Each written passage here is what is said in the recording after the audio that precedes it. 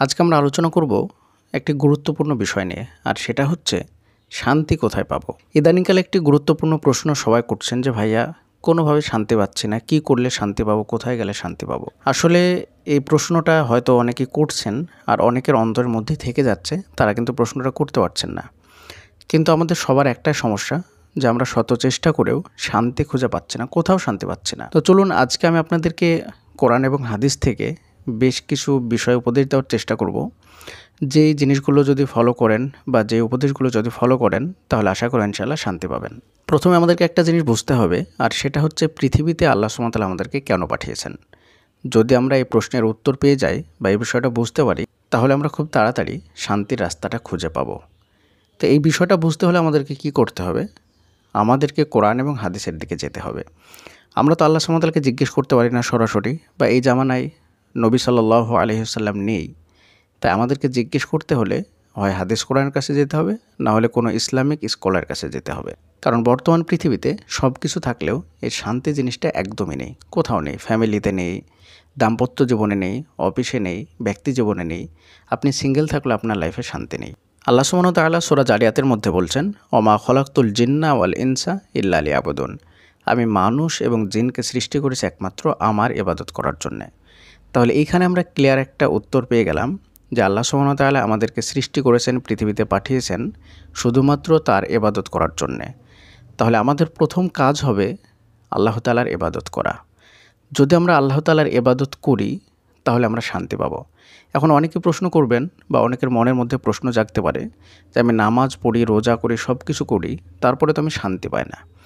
এখানে সবচাইতে বড় যে বাধাটা থাকে সেটা হচ্ছে আপনি নামাজ রোজা একনিষ্ঠভাবে আল্লাহকে খুশি করার জন্য করেন না।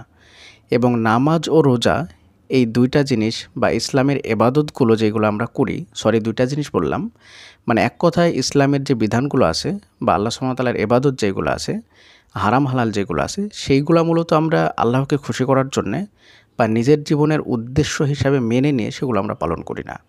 আমরা যেটা করি সেটা হচ্ছে যে আমরা ওইটা লাইফের একটা পার্ট হিসাবে দেখি।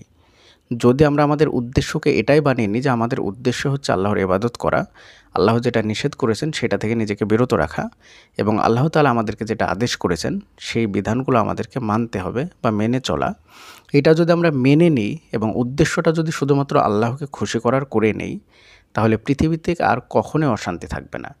কিন্তু আমরা ইবাদত করি দুনিয়ার বা পার্থিব জীবনের কোনো কিছু হাসিল করার জন্যে। যদি বলি তাহলে এই কথাটা আপনার খারাপ লাগবে, কিন্তু বাস্তবতা এটাই। আপনি হয়তো প্রেমে ধোঁকা খেয়েছেন, খাওয়ার পরে ইবাদত করছেন যাতে করে আপনার দোয়াটা তাড়াতাড়ি কবুল হয়। আপনি হারামটা ছেড়ে দিয়েছেন, আপনি বিড়ি খেতেন, সিগারেট খেতেন, আপনি আরও যে হারাম জিনিসগুলো আছে সেগুলোর সঙ্গে জড়িত ছিলেন, সেগুলো শুধুমাত্র ছেড়েছেন যাতে করে হারাম ছাড়ার কারণে আপনার দোয়াটা তাড়াতাড়ি কবুল হয়।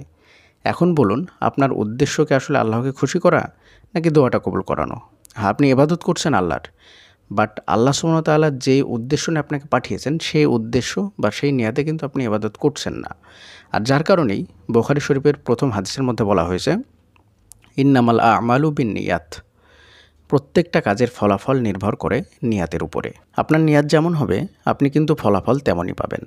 আপনার নিয়াত হচ্ছে দোয়া কবুল করানো, যার কারণে আপনি ইবাদত করছেন, যার কারণে আপনি গুনাহগুলো ছেড়ে দিচ্ছেন, হারামগুলো ছেড়ে দিচ্ছেন এবং আল্লাহর আদেশগুলোকে পালন করছেন, তো আপনার সঙ্গে তো সেটাই ঘটবে। দেখুন, পার্থিব জীবনের কোনো কিছু আপনাকে শান্তি এনে দিতে পারে না। পার্থিব জীবনের কোনো কিছুর প্রতি যদি আপনার অন্তরে তীব্র ভালোবাসা থাকে, তাহলে সেই অন্তর সব সময় অস্থির থাকবে, সব সময় টেনশন ডিপ্রেশনের মধ্যে থাকবে, কখনোই আপনি শান্তি পাবেন না।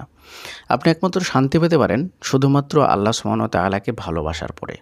আপনি আল্লাহকে ভালোবেসে তার ইবাদতগুলো করুন, আল্লাহকে ভালোবেসে তার যে আদেশগুলো আছে সেগুলোকে মান্য করুন, আল্লাহকে ভালোবেসে তিনি যেগুলো নিষেধ করেছেন সেগুলো ছেড়ে দেন। আল্লাহকে ভয় করুন, কিয়ামতের দিবসে তার সামনে আপনাকে দাঁড়াতে হবে, আপনার আমলনামা আপনার হাতে থাকবে। সেই অবস্থায় আপনি তার সামনে কিভাবে দাঁড়াবেন সেই দিনকে ভয় করুন, সেই দিন আল্লাহ সুবহানাহু ওয়া তাআলাকে ভয় করুন। যদি আপনার অন্তরে ভয় থাকে তাহলে আপনি পৃথিবীতে শান্তি পেতে পারেন। ধরুন আপনি যে জিনিসগুলো চান, আপনার গার্লফ্রেন্ড প্রয়োজন যে আপনাকে ছেড়ে চলে গিয়েছে, আপনি তাকে হালালভাবে পেতে চান। আপনার বয়ফ্রেন্ড আপনাকে ধোঁকা দিয়ে চলে গেছে, আপনি তাকে হালালভাবে পেতে চান। আপনার একটা বাড়ি দরকার, আপনার চাকরি দরকার, আপনার একটা গাড়ি দরকার।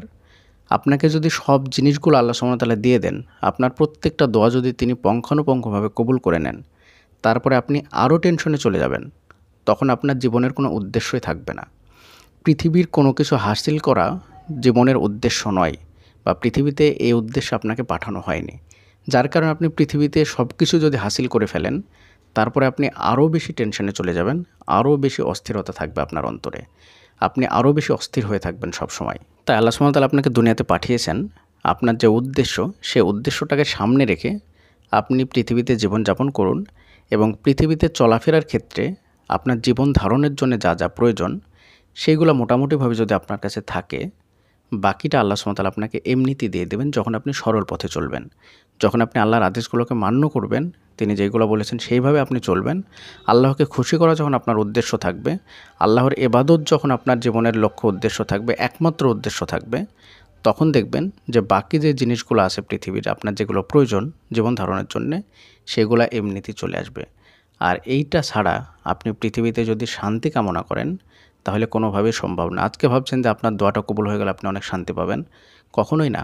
আপনার এই দোয়াটা যদি কবুল হয়ে যায়, তারপরে আপনার আরেকটা আকাঙ্ক্ষা আসবে। এইভাবে যখন আপনার প্রত্যেকটা আকাঙ্ক্ষা, প্রত্যেকটা ভালোবাসার জিনিস, প্রত্যেকটা কামনা বাসনা পূরণ হয়ে যাবে, তখন একটা সময় আপনার সামনে আর কোনো উদ্দেশ্যই থাকবে না। তখন আপনার পৃথিবীতে বেঁচে থাকাটাই মূল্যহীন হয়ে পড়বে। আপনার মনে হবে যে আমি কেন পৃথিবীতে বেঁচে আছি?